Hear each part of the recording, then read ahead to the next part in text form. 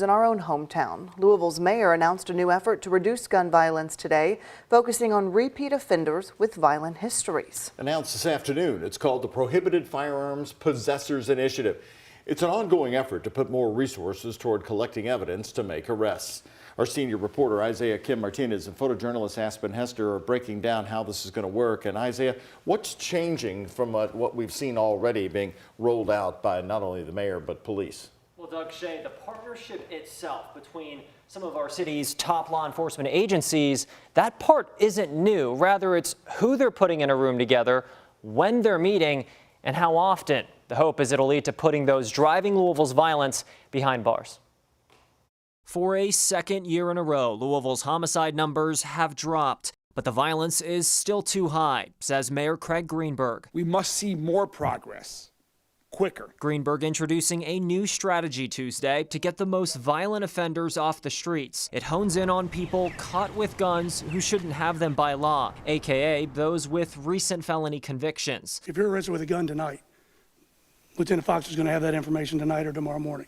That's going to start that process immediately. That process is called the Prohibited Firearms Possessors Initiative, or PFP. It consists of meetings between prosecutors, LMPD, and the Louisville ATF. These groups already work together in gun violence cases. What changes now, I'm told, is agency leaders will meet earlier in the legal process, sharing the evidence collected to see what other crimes a suspect could be connected to. Well, a lot of times that doesn't come into fruition until much further down the road.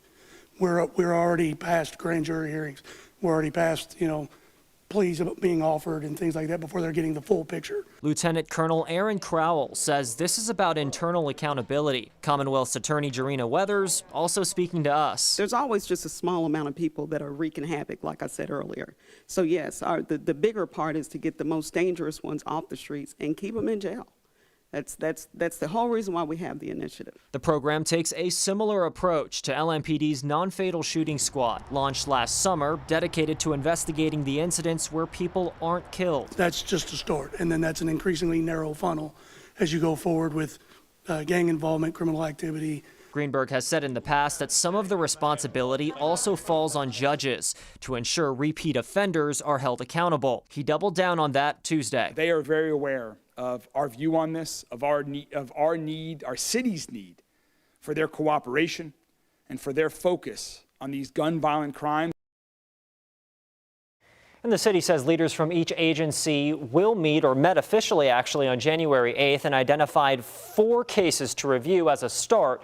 We're told the groups involved will meet monthly for this effort. Doug.